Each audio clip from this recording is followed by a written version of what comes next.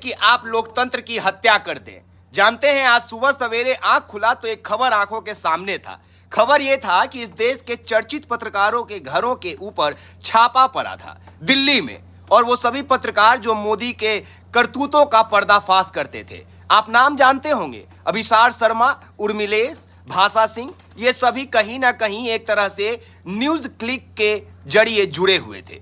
News click जो लगातार मोदी के एजेंडे को फेल करते आया है, न्यूज क्लिक जो लगातार सच दिखाता है। न्यूज क्लिक के साथ ये लोग अपने यूट्यूब चैनल पे भी वीडियोस को अपलोड करके सरकार के दावों का धज्जिया उड़ाते थे। बदले स्वरूप आज मोदी सरकार ने इन सभी के घरों के ऊपर छापा मारकर उर्मिलेश को अपने साथ ले जाकर सभी के लैपटॉप और मोबाइलों को अपने अधीन करके ये बता दिया कि अब इस देश में स्वतंत्र पत्रकारों के लिए कोई जगह नहीं है। अगर आप इस देश में पत्रकारिता करना चाहते हैं तो आपको मोदी का चाटुकारिता करना होगा, जिसको आप बदले स्वरूप नाम पत्रकारिता का जरूर दे सकते हैं, लेकिन मोदी के झूठे वादे और उनके खोखले कामों को आप नहीं दिखा सकते हैं। अगर आप ऐसा करेंगे तो इलेक्शन से 2 महीने पूर्व आपके घर पे प्रशासन का एक टीम भेज दिया जाएगा, आपके घरों में छापामारी होगी, आपके लैपटॉप और आपके मोबाइल को सीज कर लिया जाएगा, आपको चाइना से जोड़ दिया जाएगा, आपको कांग्रेस के द्वारा फंडिंग होता है इस बात के लिए जलील किया जाएगा, और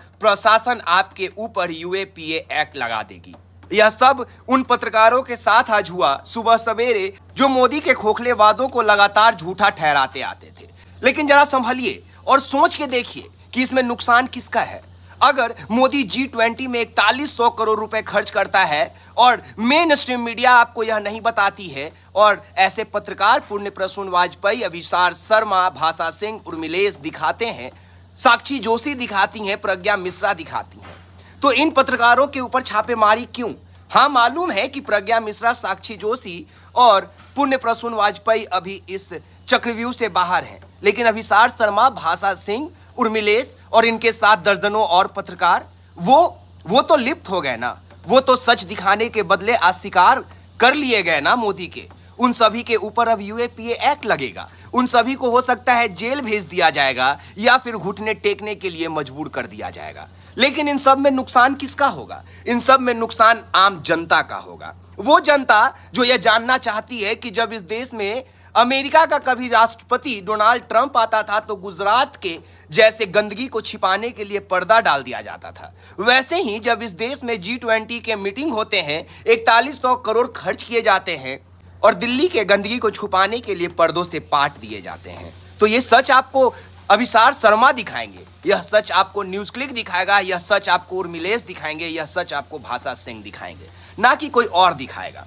और अगर आप चाहते हैं कि सुबह सवेरे आपके घर पे ईडी का छापा नहीं पड़े, तो आपको मोदी का गुलामी करना होगा। आपको वही भाषा का प्रयोग करना होगा जो मोदी चाहता है। आप चाहे तो गाली दे दीजिए, आप चाहे तो लोकतंत्र के मंदिर में आग लगा दीजिए, लेकिन मोदी का बड़ाई करते रहिए, आप सभी पापों से दूर रहेंगे। लेकिन अगर गलती से आपने मोदी का सच्चाई दिखा दिया, अगर गलती से आपने अमित शाह को तरीपार कह दिया, अगर गलती से आपने प्रज्ञा को एनएसए लगा हुआ अपराधी बता दिया और आपने ये बता दिया कि नए संसद भवन में अपराधियों का तांडव होगा, तो फिर जानते हैं आपके घर पे पुलिस प्रशासन की फौज पहुंचेगी, आपके लैपटॉप और आपके मोबाइल को अपने गिरफ्त में ले लेगी और उसके बाद आपके ऊपर यूएपीए एक्ट लगा दिया जाएगा। और यह सब मैं नहीं कह रहा हूं, यह सब हमारे देश में आज सुबह सवेरे से हो रहा है। तो यह सब जो हो रहा है, इन सभी के बदले मोदी जी को धन्यवाद बोलिए, मोदी जी को 221 तोप का सलामी दीजिए, मोदी जी के सर पे मणिपुर का कुटुंब मुकुट पहना दीजिए, चढ़ा दीजिए और उनके पैरों में झुक के नतमस्तक हो जाइए और कहिए कि मोदी आप ही सर्वोपरि हैं, तभी इस देश में आप बचे रह सकते हैं। अन्यथा अगर आप सरकार के विरुद्ध बोलते हैं तो आपके ऊपर देशद्रोह का एक्ट लगेगा, आपके ऊपर राजद्रोह का एक्ट लगेगा, आपके ऊपर यूएपीए का एक्ट लगेगा और आप सलाखों के पीछे रख दिए जाएंगे। अगर यह सब आप नहीं चाहते हैं तो 2024 में आपको क्या करना है यह आपको अच्छे से पता है और शायद